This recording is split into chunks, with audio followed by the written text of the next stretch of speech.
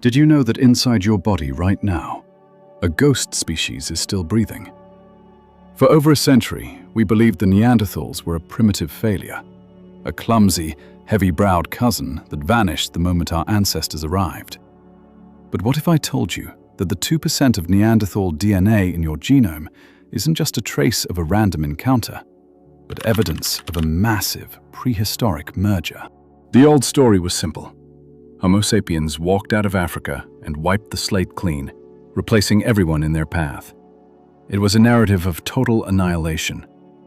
But today, the dust from ancient caves and the complex codes of our DNA are telling a far more provocative story. Genetics hasn't just refined our history, it has shattered our most basic assumptions about who we are. We are discovering that some Neanderthal populations never actually went extinct. Instead, they transitioned, blended, and evolved. In the frozen landscapes of the Middle East, a slow, silent transformation occurred, a melting of two kinds of humans into one. This is the story of the Neanderthal evolution into us, a mystery hidden for 40,000 years in the soil of the Ice Age. To understand how a species disappears into another, we must stop viewing Neanderthals as a single, uniform group. They were not a monolith. New evidence from the Altai region of Siberia has revealed that the Neanderthal world was as diverse as our own. They were structured into lineages that had been separated for hundreds of thousands of years across the vastness of Eurasia.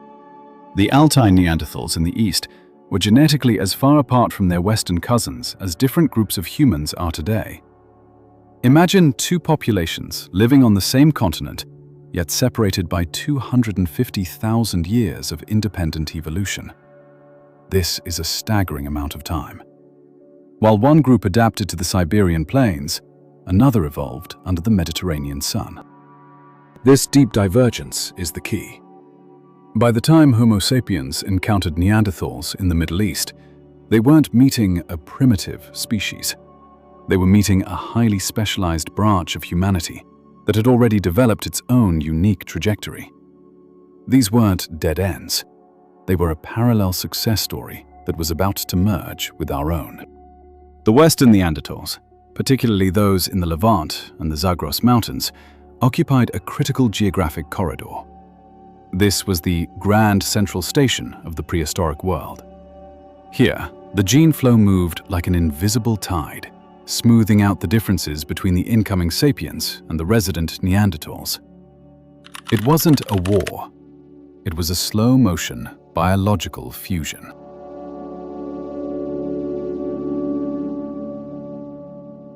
Deep within the limestone walls of Shanidar Cave in modern-day Iraq, a secret lay buried for millennia.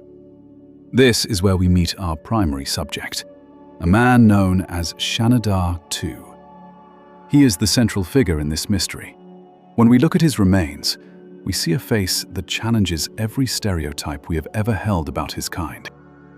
This man was an adult, roughly 30 years old, whose life was etched into his bones by the rigors of the Ice Age. But he wasn't classic. His skull shows a higher vault than the flat-headed Neanderthals of Western Europe. Most shockingly, his jaw shows the subtle, unmistakable beginning of a chin, a trait once thought to be unique to modern humans. Seeing a chin on a Neanderthal is like finding a modern fingerprint on an ancient artifact. It suggests that this population was already moving toward a modern shape long before the Great Replacement was supposed to happen. This man represents a biological puzzle where archaic strength meets the refined features of modern humans. He was the embodiment of a transition in progress. This wasn't just a random mutation. When a pattern of modern-like traits appears in a specific geographic zone, you aren't looking at an anomaly. You are looking at evolution in real time. These Middle Eastern groups were part of a dynamic network that was constantly absorbing new genetic information from the sapiens groups pulsing out of Africa during warm climatic windows.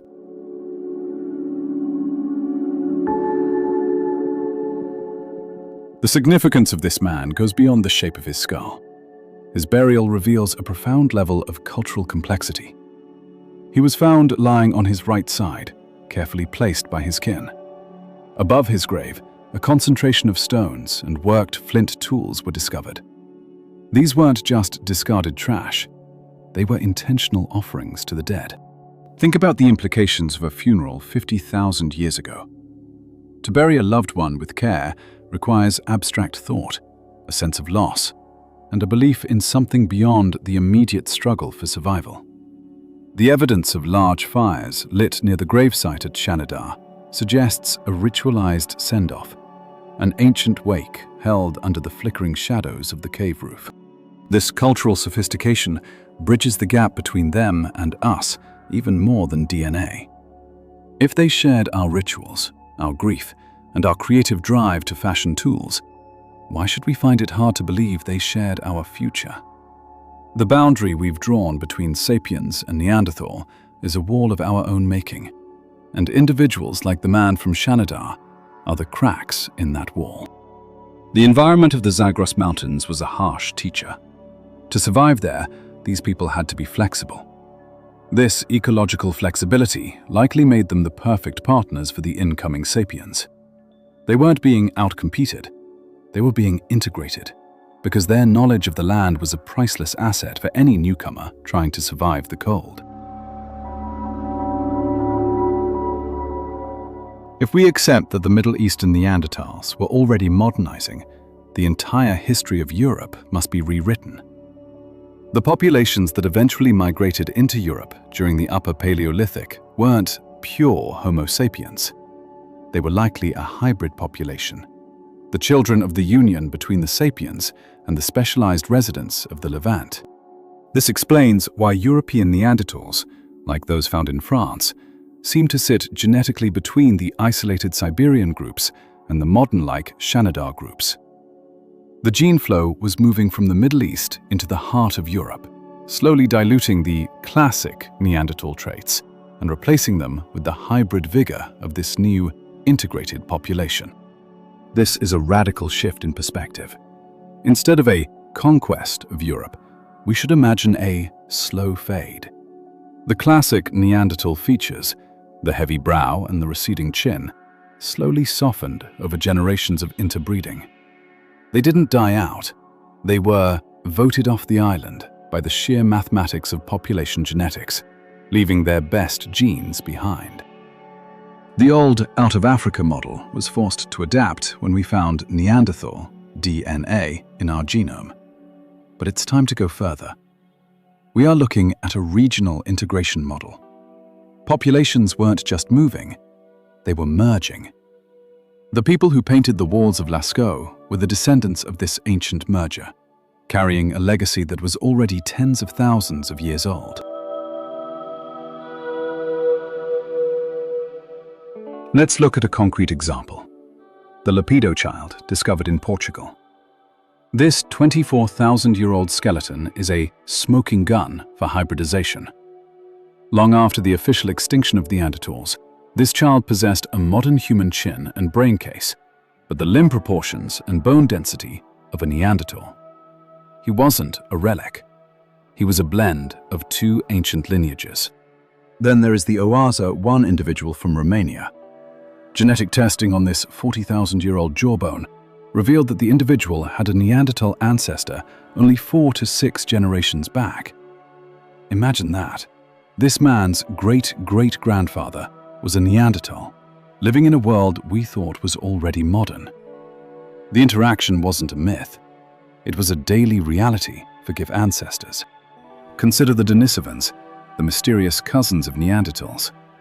In Tibet, modern humans carry a Denisovan gene that allows them to breathe easily at high altitudes. This wasn't a mutation that happened in sapiens. It was a gift inherited through interbreeding. Similarly, Neanderthals gifted us genes to fight off Eurasian viruses and adapt our skin to lower sunlight. We took the best of them with us. Even the way we speak might be a legacy. Studies on the hyoid bone, a tiny bone in the throat essential for speech, found in Neanderthals, show it was virtually identical to our own. When that man sat by the fire at Shannidar, he wasn't just grunting. He was likely telling stories. Perhaps the very first versions of the myths we still tell today, passing down wisdom to his hybrid children.